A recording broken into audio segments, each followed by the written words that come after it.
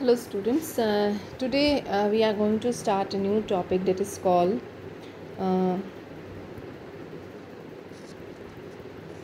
eigen value problem. Okay, so you might have heard about eigenvalue problems. So I would like to give you a simple introduction to that eigenvalue thing. What does it do actually? Suppose you have a function, say psi, and it is a function of x. Okay, and suppose there is a operator. Okay, when I say operator in mathematical term, okay, so that has already been used in quantum mechanics also. Operator means it acts on a particular function to see the impact. Okay, suppose that a operator is there a, okay, it acts on psi x. Okay, after that what happens, psi x doesn't change its state, it is in the same state. Okay, but it comes out with a number. Okay, that number is called lambda, and this number is called eigen value. Okay, fine. And this operator is called eigen vector. Understood?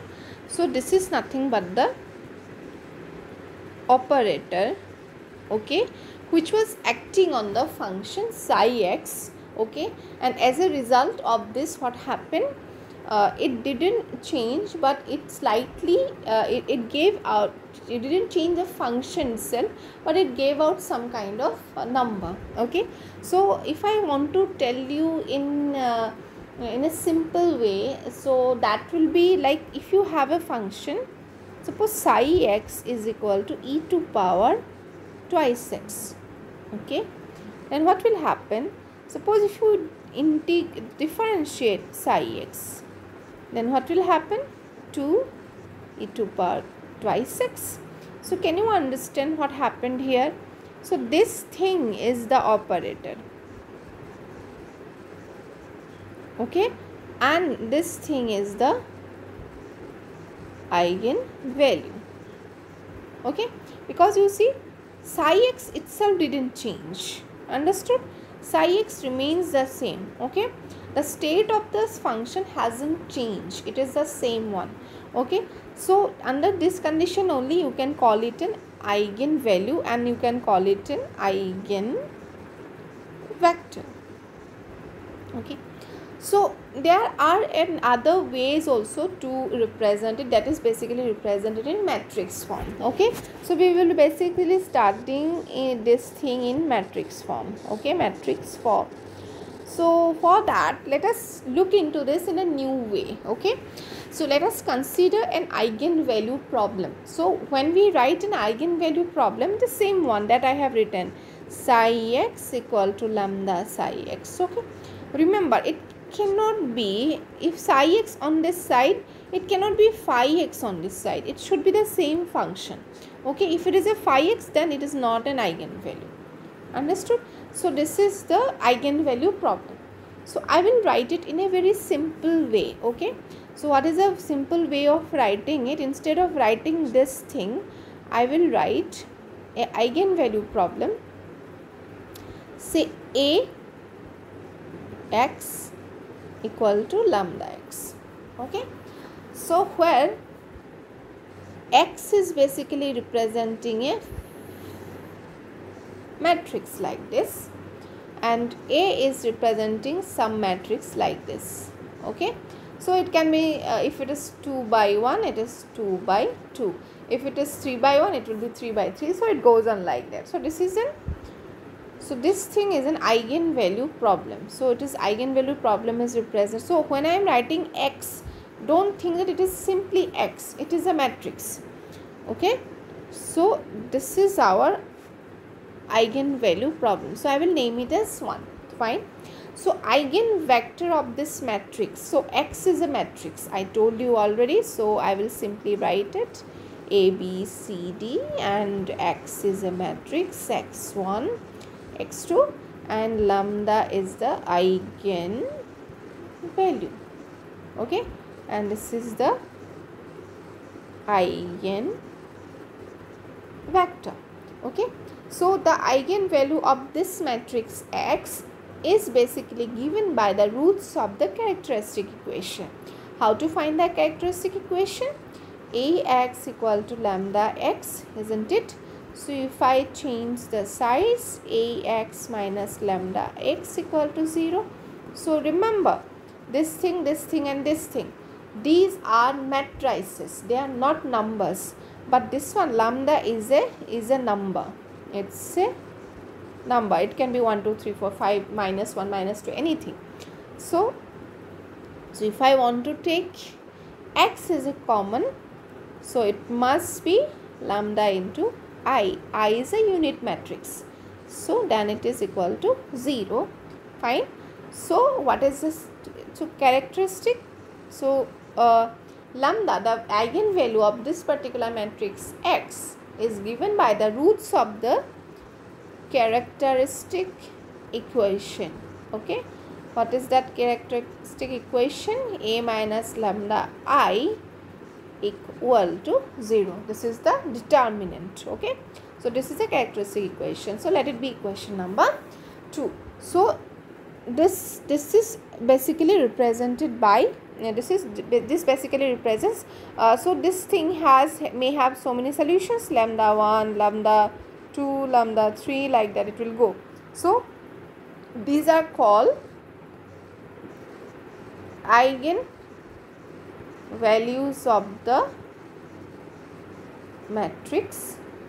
Okay, so now let us just try a simple problem to know it better. Okay, the notes for this has already been shared in the Google Classroom, so you can keep check on this before watching this video and or while watching the video, so you can keep it ready.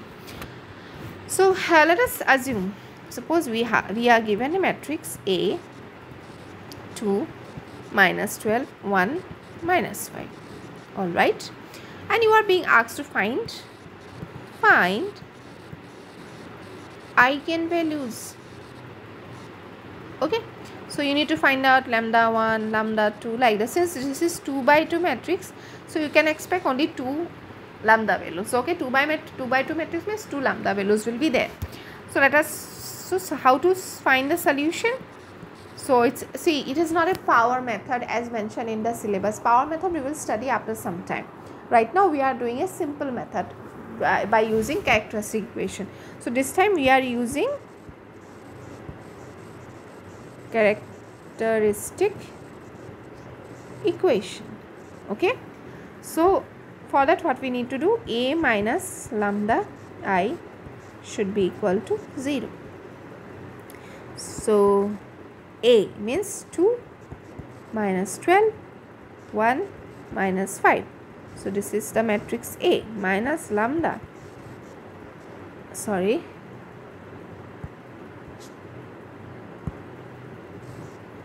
lambda I means unit matrix, so it is 1 0 0 1 and equal to 0. So it is 2 minus 12 1 minus 5 minus lambda 0 0 lambda equal to 0, and then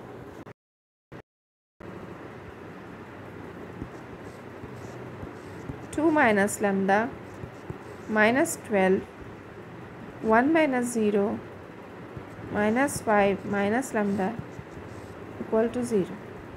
Okay, so we can do matrix multiplication, 2 minus lambda into minus 5 minus lambda. Okay, and then we have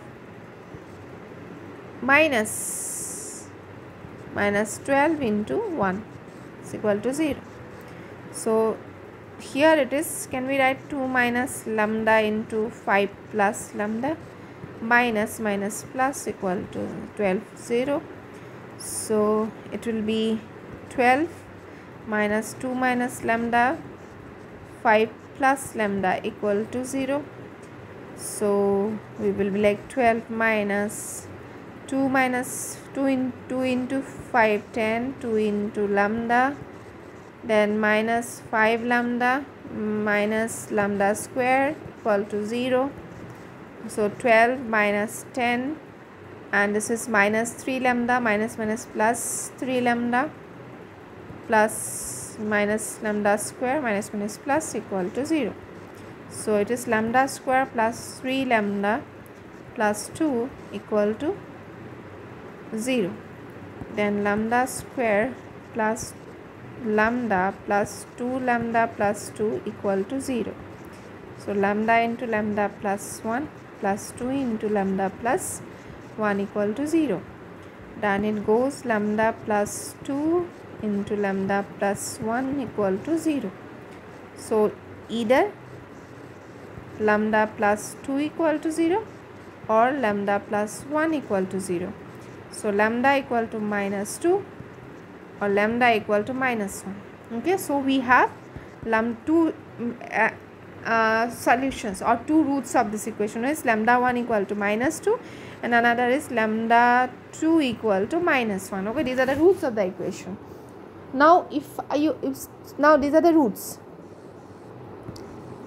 roots of the characteristic equation. Okay, so these are, so lambda 1 and lambda 2 represents eigenvalues. Okay, but if somebody asks you which one is a dominant eigenvalue, so you will have to look for the eigenvalue which is larger in magnitude. Forget about negative and positive sign. You need to place check larger in magnitude. So obviously you can see that lambda 1 is magnitude is greater than lambda 2. So magnitude of lambda 1 is greater than magnitude of lambda 2.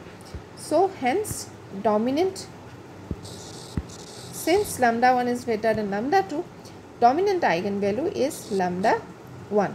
So that is nothing but minus 2. So we will find out that therefore dominant eigenvector. How to find the dominant eigenvector? So we have already found that Ax equal to lambda x. So what was A?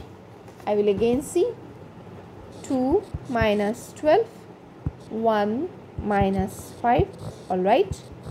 So this one I will consider x1, x2, and since we are going to find out dominant eigenvectors, so we need to get the dominant eigenvalue, that is nothing but minus 2. So minus 2 x1 x2. So I will do it. 2 into x1 minus 12 into x2, 1 into x1 minus 5 into x2 equal to minus 2x1 minus 2x2. Okay, so we can compare the elements. 2x1 12x2 equal to minus 2x1. So it will be 4x1 minus 12x2 equal to 0. So it will be 4x1 equal to 12x2. So x1 equal to 3 times x2.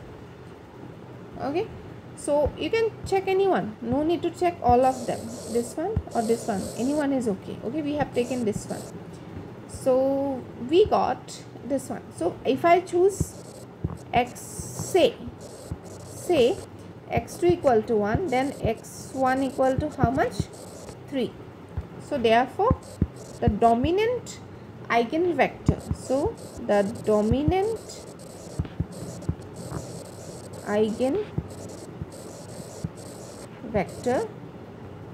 sorry, x is equal to 3 and 1.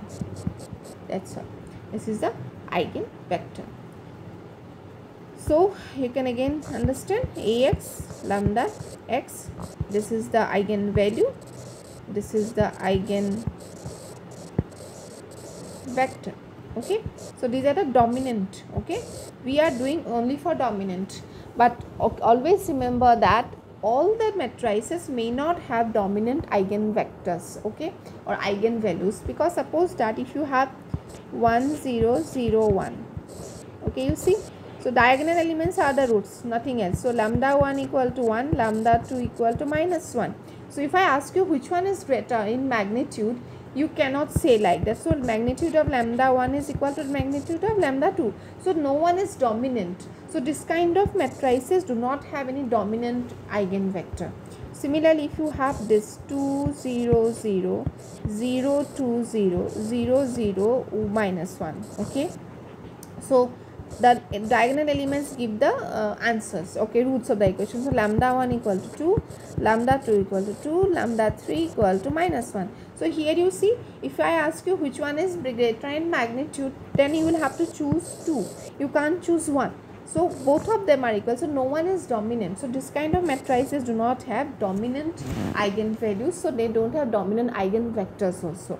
So this way we can derive dominant eigenvalues and dominant eigenvectors for a matrix without in a simple way, okay, without any specialized method.